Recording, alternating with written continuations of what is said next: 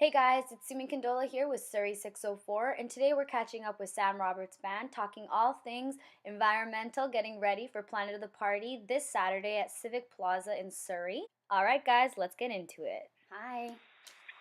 Hi, how you doing? Hey Sam, I'm good, thank you. How are you? Good, fine, thanks. How's Awesome. the weather out there? So it's supposed to rain for about 2 weeks straight. Oh, sounds great. Classic Vancouver weather. How's it out there? Oh man, well I'm glad we're heading out there. I know. Hopefully, it's nice on the day of the event. I feel like, the weather keeps saying that it's going to be super ugly, but then it ends up clearing up anyways. So let's hope for Saturday. Yeah, I think well we're not leaving much to write home about here in Montreal, so I'm sure it'll be fine. And we've weathered through just about the worst. That's what part of being in a Canadian rock and roll band is all about is being able to play under any circumstances. So. Yeah. What's the worst situation you've been in weather wise? Oh man, we played in -20. It's really that's I have to say playing in the extreme cold is probably the hardest thing, just because your fingers don't work. As you know, if you've ever tried to tie your shoelaces when they're cold, you can't Yeah. do even the simplest things. So let alone playing guitar. Yeah. Not to mention the fact that your instruments go out of tune and your voice doesn't work properly. So that's pretty much as bad as it gets. So I feel like I would we be always end really up playing it. uncomfortable. Yeah, that's it. Again, though, there's something about New Year's in Canada where people feel like they should be outdoors Yeah. watching a band, watching a band It's the play on vibe. stage. It's for the vibe, Yeah. exactly. So, fortunately, they forgive us a few, off key notes. Have you ever been to Surrey before? I have. Well, we were there during the 2010 Olympics. First time actually staying in Surrey and not in Vancouver, downtown Vancouver. So Yeah. just a chance to get out there and see that there's this whole other there's this whole other side to the area. Yeah. The And city's so different now compared to the last time you've been here, too. okay, well, yeah, it's already been 8 years. It kind of feels like it was yesterday, to be honest with you. Yeah. So, but we had a great night. The weather was beautiful. We played a big outdoor show, and I think the fact that it was the Olympics, and everybody was in heightened spirits. The first night that we played, we ended up playing in Vancouver. We ended up playing up in Whistler as well. So it was basically the kickoff of what became one of the most memorable weeks in our band's history. Yeah, I bet. What would you say is your favorite thing to do when you're out in Vancouver? Because now I feel like you have a good sense. It seems like of our Tri Cities of Whistler, Vancouver. Like, if you were to come here, where would you want to go? I mean, I love spending time. Vancouver is such a walkable place Yeah. as well. Like we're all. It always seems like the weather, rain notwithstanding, but the weather is always several notches better than anywhere else that we Yeah. get that we travel to. So Yeah. my first instinct is always just to spend as much time outside as possible, Yeah. and I find that just looking at the mountains all the time, that the call, the sort of magnetic pull of the mountains is just irresistible. And if ever I have a day off, my first instinct is always to try to get up into the mountains somewhere, just to go for a hike or just check out, especially if you've been on tour for a while and Yeah. you've been, walking Doing things. in an urban environment. You Yeah. just want to get out there, and especially when you're in British Columbia, just to just get a little bit of a feel for the natural side of the place is pretty much always first thing on my list. Yeah, I feel like that's spoken like a true Vancouver, right? Even if the weather is crappy, we're still outside regardless. There is something about just the air, just being outside. It's so calming, which is nice because it kind of ties into the whole party of the planet thing. Where I feel like we've done a good job at bringing a lot of awareness to environmental issues. So how would you feel like you are able to stay green when you're at home versus on tour? It's a challenge in both senses, but I think the first thing you always have to be mindful of exactly is how do you live your own life? How do you live your daily life at home? What are the little things that you can do that when you um, sort of join in with all your neighbors, your neighborhood, your borough, your city at large, the province. These things end up amounting to something significant. Fortunately, here in Montreal, we've always had a pretty forward-thinking environmental outlook on how we want our city to run. Mm-hmm. And I know that's definitely the case in Vancouver. Here in Montreal, I think we have less reminders on a daily basis of the fact that we're surrounded by this big, beautiful world, and we tend to get sort of stuck in or tunnel visioned, in city life. Whereas I find in Surrey or Vancouver, you've got this constant reminder. You look one way, there's Mount Baker. You look the other way, there's Grouse Mountain. Then you've got the ocean. You've got this almost moment to moment reminder that there's this big beautiful planet that out there that we're living on that we need to take care of. Whereas I find that when you're really sort of stuck in the city, you tend to lose sight of that. So I'm glad that in Montreal that they recognized pretty early on that we need to take steps on an individual basis and also on a sort of wider citywide basis that we do our bit. Now that being said, there's still so far to go before it is anywhere near what it needs to be sustainable in the future. And the same thing goes for even a forward-thinking city like Vancouver. There's obviously so many steps that need to be taken to minimize the human impact, the human footprint. Yeah.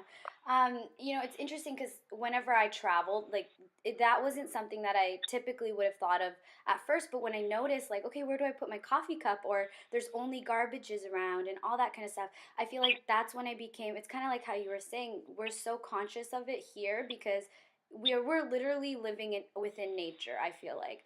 Versus when you're out and about in the world, you start to recognize even the privilege of having recycling.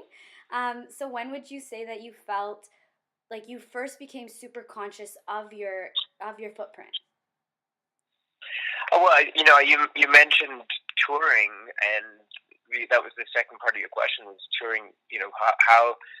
What is the size of your environmental footprint as a touring rock and roll band? And I have to say that it is inherently large and not always pretty. Yeah. So we have to do what we can to mitigate the damage and to shrink that footprint to as much as possible. One of the great things that's come about lately that's really helped us out a lot because again, we're on a tour bus. Yeah. And that tour bus is chugging gas and spewing out, emissions. We fly a lot, which, as we all know, is another major contributor. So, one of the ways that we found in our touring cycles that we can again offset that as much as possible, besides buying carbon offsets and things like that for our flights, is to use in a program called Bullfrog Power, which makes sure that the venue that you are playing in that night is going off the grid, the main grid, and into renewable energy. Awesome. So that's something that's sort of just become available to us in the last 5 years, where we can now power our entire tour on Bullfrog Power, which means they'll go out and they'll use whatever renewable energy is available in wherever you're playing, and make sure that your show is powered by that. So that was a big step, I think, for anybody who makes a living playing in a rock and roll band. Being said, like I was saying about how we approach our day-to-day lives, whether it's in Vancouver or Montreal or wherever you find yourself, there always feels like there's a long way to go, towards having tour buses that are running on renewable and energy, tour buses that are creating a lot less pollution, again, more fuel efficient flights, you name it. There's always something that we can do to take it to another level. So when you are, let's say when you are out and about and, these things cross your mind, you've obviously been within this industry for some time to be able to think hey, if we did that could make this better or whatever. What ideas do you have for this in the future? Well, I just address the sort of transportation side of things. I think that's a huge part of it. One of the big things is just waste and waste management for us as well. And I don't feel like that problem has been solved. No. It's as much as we're trying to, as much as we try to make sure that we recycle everything on our tour buses, or make sure you still leave a venue at the end of the night, and there's, you've just created enormous amounts of waste. So I still feel like the reusable and side of things, the recycling obviously where it's possible, but also just things that are reusable, that we're just creating less waste on a daily basis. And that's not just for concerts, but any kind of, if you've been at any kind of public event, whether it be a sporting event or anything like that, you realize that when a lot of people get together, we tend to leave a really big mess wherever we go. Yeah, I think it's being around so many people, you just feel less responsible for it, and it's changing the mindset of all that, right? One thing I personally really love about Party of the Planet is the learning aspect of it. There's so many events that are set up for kids in order to learn these lessons at a younger age, and I feel like that's super impactful, because if you're already raised with those values, then that's how you continue to contribute. So how would you say that you teach your own children about contributing to sustainable Earth? It starts off when they're really, really young, and for I remember when the first blue box showed up at my door for recycling. I was old enough to remember life before that, and wondering, okay, what the hell is this thing? What are we supposed to do? And it was the first time that you realize that garbage is not just one thing. It's made up of a lot of different things, or waste in general, made up of a lot of different things. And here's the first time where we're being taught to compartmentalize. Here's something that's going, in the just straight in the dump, and here's something that can be reused again. And that was a huge shift in the way people thought at the time. My kids are growing up with that as a given, and not just recycling plastics and metals and glass, but also the fact that we have a citywide composting. So now all of a sudden their awareness, this is something as a parent you have to sort of you're reinforcing these ideas. You're saying, okay, here's something that unfortunately is going to go sit in the garbage dump for the next 1,000 years until we figure out what to do with that. And the idea that all these things are going to get remade and remodeled and brought back to life again in another form, and also the fact that they have composting. Now that I think they see a much more sort of, in a natural way, they see a much more complex picture of what waste is and what it represents. And I think as their parents, you just sort of, just try to support that learning and support them. And like you say, if it starts when they're young, it's not that you can take it for granted, but certainly they incorporate that. It's not a shock to the system. They're not giving up anying. They're not giving up a way of life. It just is how they think. It's how they feel. It's how they've always lived.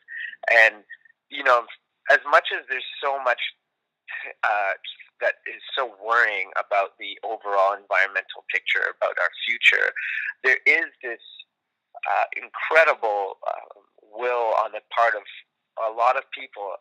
And also as soon as you start applying human ingenuity to problem solving, we're amazing at making problems, but we're also incredible at solving them in the most ingenious ways. And I think we're just at the tip of the iceberg in seeing what these younger people, these young generations, are capable of when it comes to addressing some of the bigger climate issues. And there's this kid who's invented a way of removing plastic from the ocean. And as you know, the Pacific Ocean has it's called the gyre, basically a giant mass of plastic just floating around there. And there's this young person who's at the forefront of battling that problem, and he feels like he's got a real shot at potentially solving it somewhere down the line. And I think we're hopefully just the beginning of seeing that kind of shift towards, all right, here are problems that we now as young people have to address, have to figure out, have to find a way around if we're going to make this planet the planet that we want it to be, the planet that hopefully we can return it to being something of its former self. Yeah. If us older folks don't mess the whole thing up, which is I feel like, you know what, I feel like in general, anything that you want to solve or anything you want to create, we're so much more empowered to do so now because we have resources readily available to us, right? So that's why I think people have that ability to go out there and be like, hey, like, I'm not cool with this and I'm going to change it, which... Yeah, and they're you know, as is their right, and they have a voice now that I think that younger people didn't necessarily have the same reach. Or when we've seen what happens to the world when young people speak up. It's, you know, the social upheaval of the 1960s, the complete shift in the way, you know, in the social fabric of the 1960s, and we've seen that when young people decide to take matters into their own hands. Great things happen, and I hope that this is one of, you know, if not the most important challenge facing young people today. And they take that, you know, they take the reins from the people who have been fumbling around. Yeah. But you know, in government, you know, even just on a social level, when it comes to tackling this issue, and they take the reins and they say, "Well, thank you very much. We'll take it from here. We have, you know, we have the will and we have the ideas to make something happen." Yeah. If, let's say, you know, you were meeting one of these young people and let's say they haven't had the opportunity to interact with your band quite yet, what songs would you recommend them to listen to? Oh, yeah. Well, you know, our music has always been informed, and this is probably a function of just driving back and forth across the country so many times, seeing nature in its sort of pristine, untouched state, and also seeing the slow sort of spread of urbanization and the chewing up of that, of what used to be wild spaces and, you know, the strip malls, and it's always been really, really close to the heart of I think for me when I write songs, one of the main sources of inspiration is that, not just describing the beautiful, but also describing the conflict and the struggle to keep it that way. I wrote a whole record about this stuff. It's called Chemical City. It's basically about what happens when you know, if we let this go past the brink. And you know, I don't want kids to listen to that music and feel hopeless in any way. So I think there are other songs for sure that I think hopefully represent the emerging from the dark and back into the light once we figure out what it is that we have to do. Yeah. Do you have a favorite song you like performing? You know, they're like your kids, really. It's hard to say. How do you choose? It's hard because they all, you know, hopefully you pour your heart and soul into all of them, and even the ones that don't quite work out as well as the other ones, you still feel an attachment to it. I mean, there's a song from that record, Chemical City, called Bridge to Nowhere, which we still play many, many years later, and I still really enjoy it every night. And that's, you know, a lot of songs, you play them for 5-6 months, and then you get tired of them, you put them to sleep for a little while, but that's a song that we play every night, no matter what, and it always still makes me feel the way I felt when I first wrote it. Yeah. That, I feel like that's a good indication of when you've written, even if it's just for yourself, you've written something that's at least timeless to you, and it's something that people can continue to engage with. So something, you know, there's a lot of emerging entrepreneurs in Surrey and Vancouver, and we're a very young city when it comes to the culture and the arts.